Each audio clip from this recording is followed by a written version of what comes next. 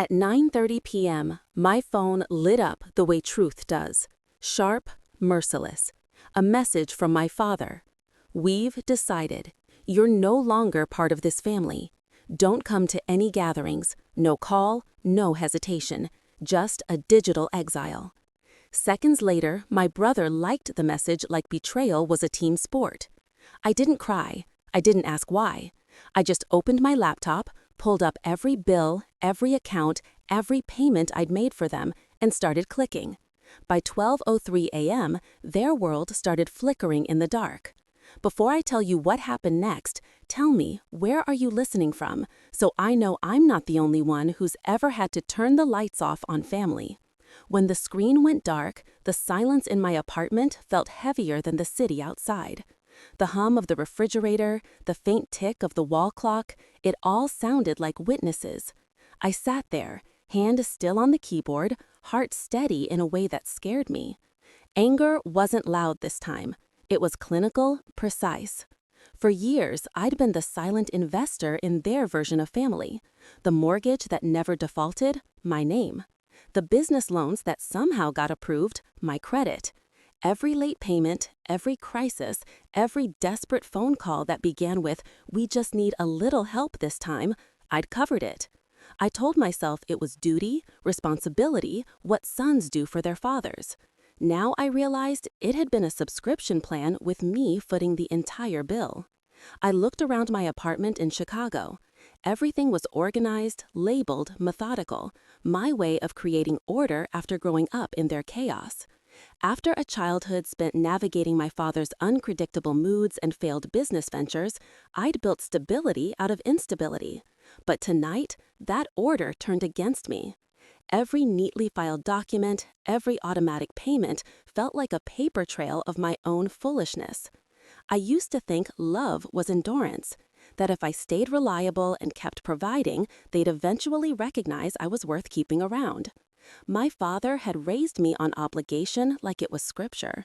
Constant reminders served daily.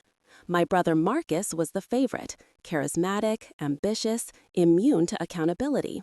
Mom had learned to survive by never questioning Dad's decisions. I'd learned to survive by making sure his decisions didn't destroy everything. I remember the first time I paid off his business debt. He was facing bankruptcy, voice breaking over the phone, reputation on the line.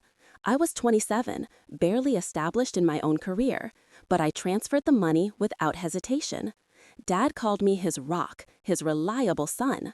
I believed him. Then came the commercial property taxes, the vehicle fleet payments, Marcus's MBA program at Northwestern, $65,000 a year, 2 years straight. Funny how the reliable ones always end up paying for everyone else's dreams. I rubbed my eyes, trying to summon regret, but there was only clarity. This wasn't a breakdown. It was an audit. I wasn't losing a family. I was itemizing evidence. The last time I'd seen them in person was at a Sunday barbecue 6 months ago. Dad had criticized my career choices in front of his business associates, suggesting I lacked ambition. Marcus had boasted about his upcoming European vacation that I knew was funded by money he'd borrowed and never repaid. Mom had made a comment about how I needed to settle down and stop being so serious all the time.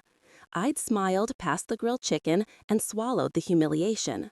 That backyard had been a stage, and I just hadn't realized I was the punchline. Now, sitting in the quiet glow of my laptop, I opened a new spreadsheet. Date, amount, purpose, documentation. My fingers moved like they already knew the choreography. One column at a time, I was reclaiming years of unpaid respect. Outside, the Chicago skyline blinked through my window like distant stars.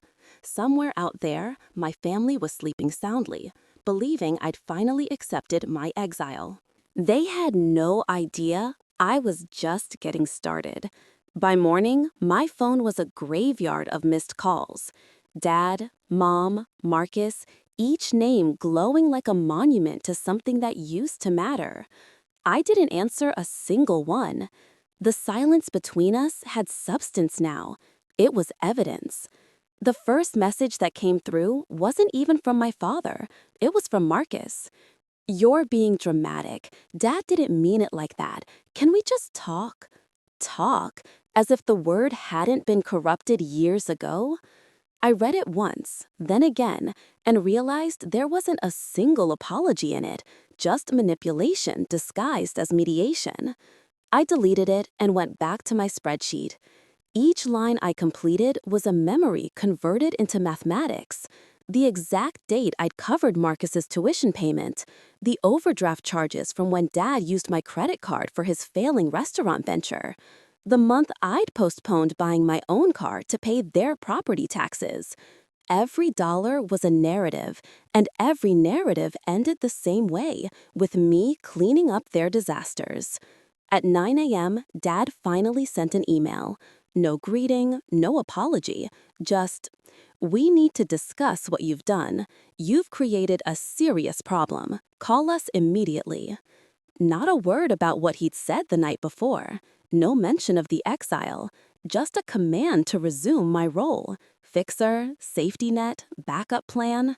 For the first time, I saw it with absolute clarity.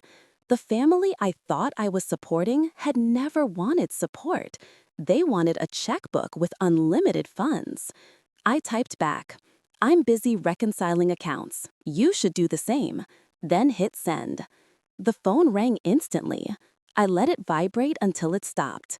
By noon, the panic started metastasizing. A text from Mom. "Can you please explain what's happening with the utilities? Your father is furious." Another from Marcus. "Why are you doing this? You're destroying everything." Destroying everything? As if my silence was the transgression, not their exploitation. I opened my banking app, scrolled through years of transactions, and felt something fundamental shift. The guilt that had been programmed into my identity began to dissolve. It wasn't anger now. It was precision, cold, calculated, methodical. By 3 p.m., they deployed every strategy: rage, pleading, nostalgia. Dad even posted a cryptic Facebook update. Some people forget their roots once they start earning money. Pride always precedes a fall. It received 47 likes, mostly from business contacts who didn't know the reality. I didn't respond, but I captured a screenshot. That was the moment the equation balanced, not just in the accounts, but in my understanding. For the first time, I comprehended that silence could be strategic. At 6 p.m., I called David. He'd been my friend since graduate school, now a financial litigation attorney who specialized in complex family disputes. "I think I'm ready to stop playing banker," I said.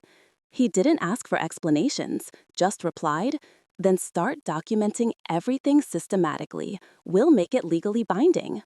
That night, I went through every email, every payment, every transfer, categorizing and archiving them like courtroom exhibits.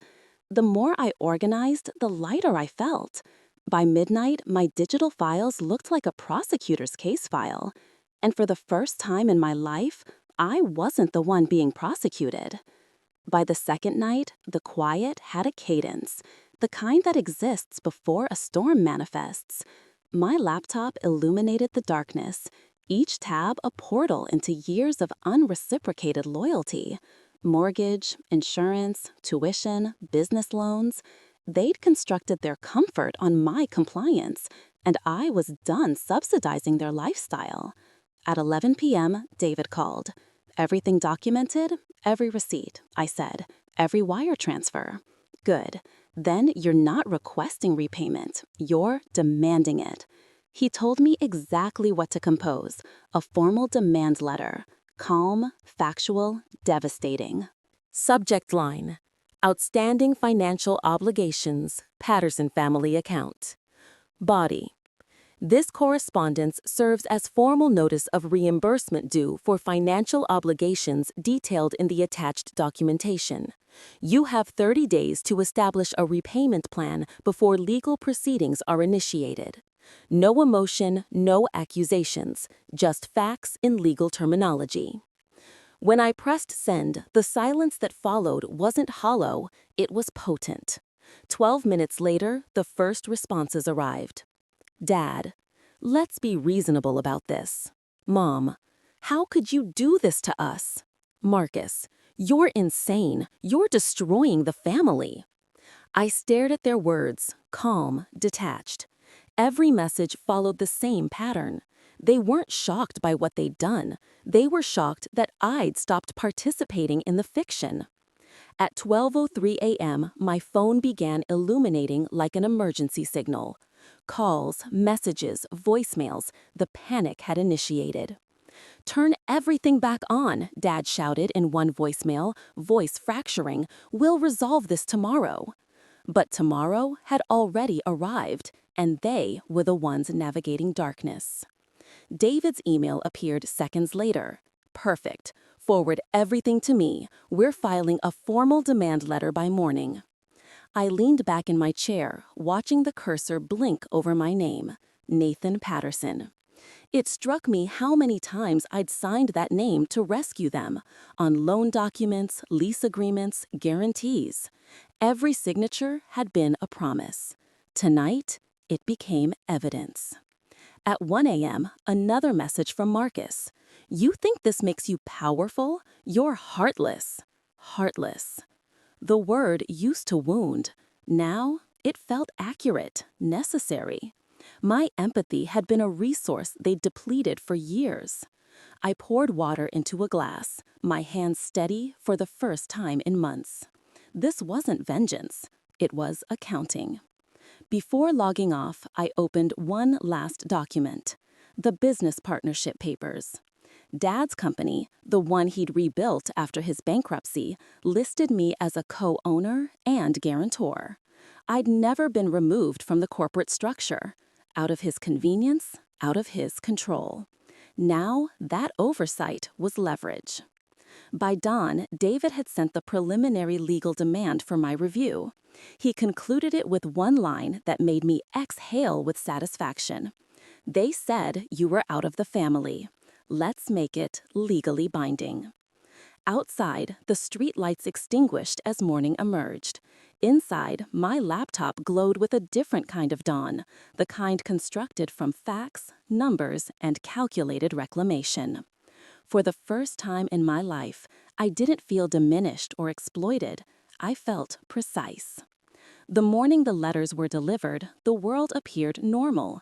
Coffee shops opening, traffic flowing, sunlight climbing the buildings. But inside my apartment, it felt like awaiting a verdict.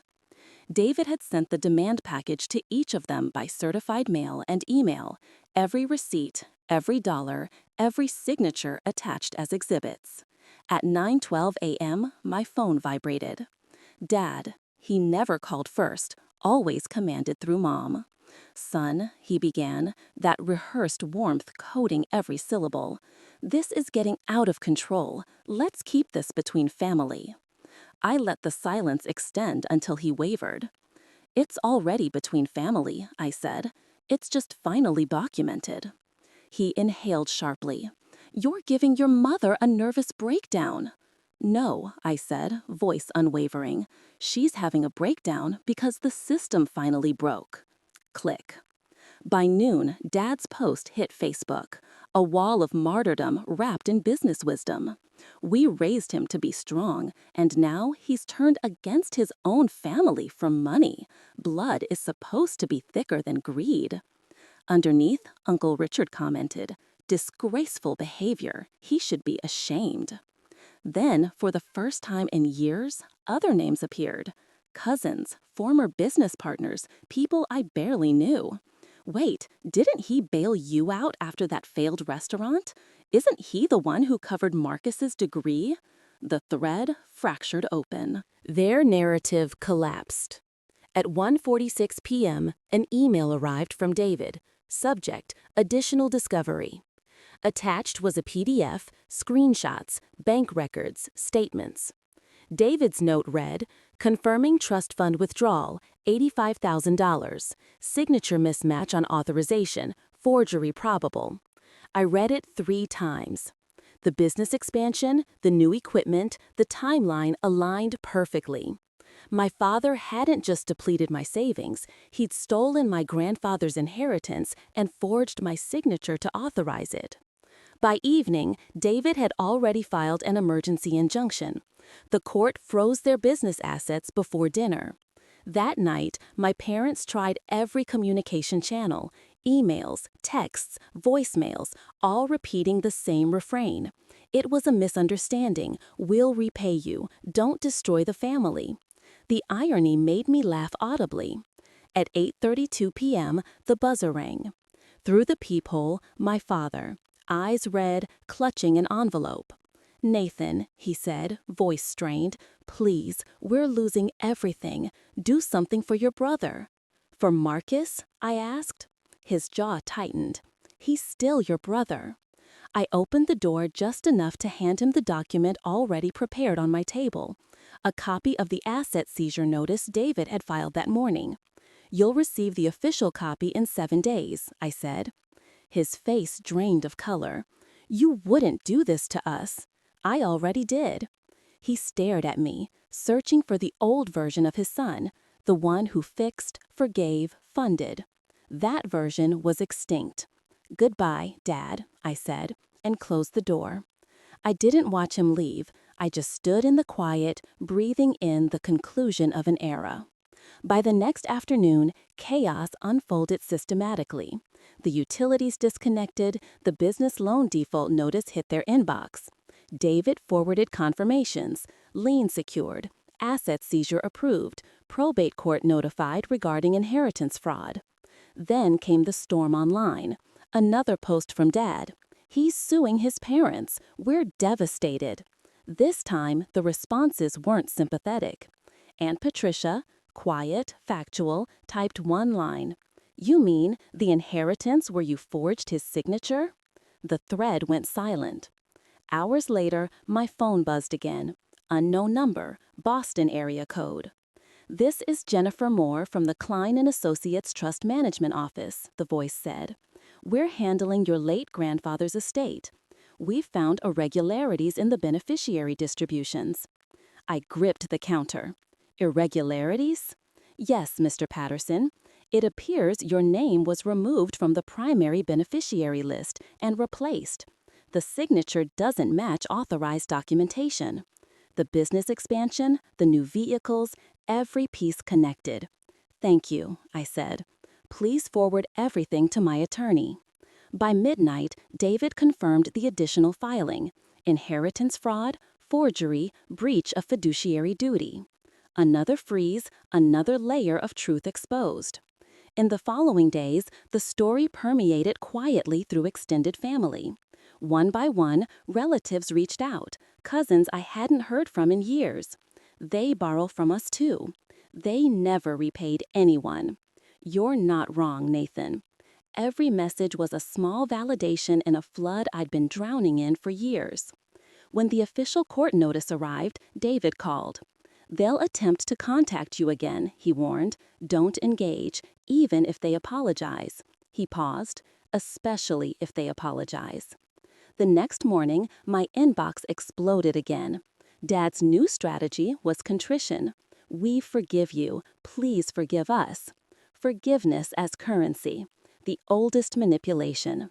I forwarded the email to David and archived the thread. By the end of the week, the business was no longer operational. The corporate structure, still listing me as co-owner, gave me legal standing to dissolve it. David facilitated the liquidation within days. Watching the settlement confirmation appear felt nothing like revenge. It felt like equilibrium. Marcus tried once more. A final text. "You won. Are you satisfied?" I typed back, "No one wins when family becomes litigation," then blocked his number permanently. That night, the Chicago skyline flickered, steady, indifferent. I sat by the window, the same one that had once reflected every sleepless night I spent rescuing them. Now it reflected something different. Me, alone, but unburdened. Somewhere out there, they were learning how to survive without me, and for the first time in my life, I didn't feel guilty for allowing them to. By the time the court finalized everything, weeks had passed in a strange, quiet rhythm. David sent me a brief email. "Case resolved. Repayment agreement signed. Probate reversed. You're clear." Clear. The word felt foreign, unfamiliar. Their accounts were frozen, their business dissolved, their debts legally assigned to their own names for once. The silence that used to haunt me had transformed into peace. I no longer woke to crisis calls or just one more emergency. My mornings belonged to me again. I bought a small condo in a better neighborhood. Nothing extravagant, just clean space, natural light, and no ghosts. Sarah helped me move in. She didn't say much, just handed me a cup of coffee and smiled like she understood what freedom tasted like. The first night there, I opened my old spreadsheet, the one where I'd once tracked every dollar I'd spent on them. I stared at the numbers for a long time, then pressed delete. Watching it vanish didn't feel like loss. It felt like liberation. Word circulated that my parents were renting a small apartment outside the city. Marcus was working in a position far below his qualifications, somewhere he despised. I didn't feel satisfaction, just distance. They were finally experiencing the life they'd constructed without me. That night, for the first time in years, I slept through until morning. No guilt, no anxiety, just the steady, quiet hum of a life that finally belonged to me. A month later, I visited my grandfather's grave. I placed down white roses, his favorite, and whispered, "It's finished."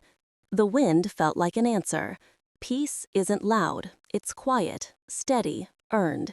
If you've ever had to walk away from the people who broke you, know this: you're not alone, and you're not heartless for choosing peace.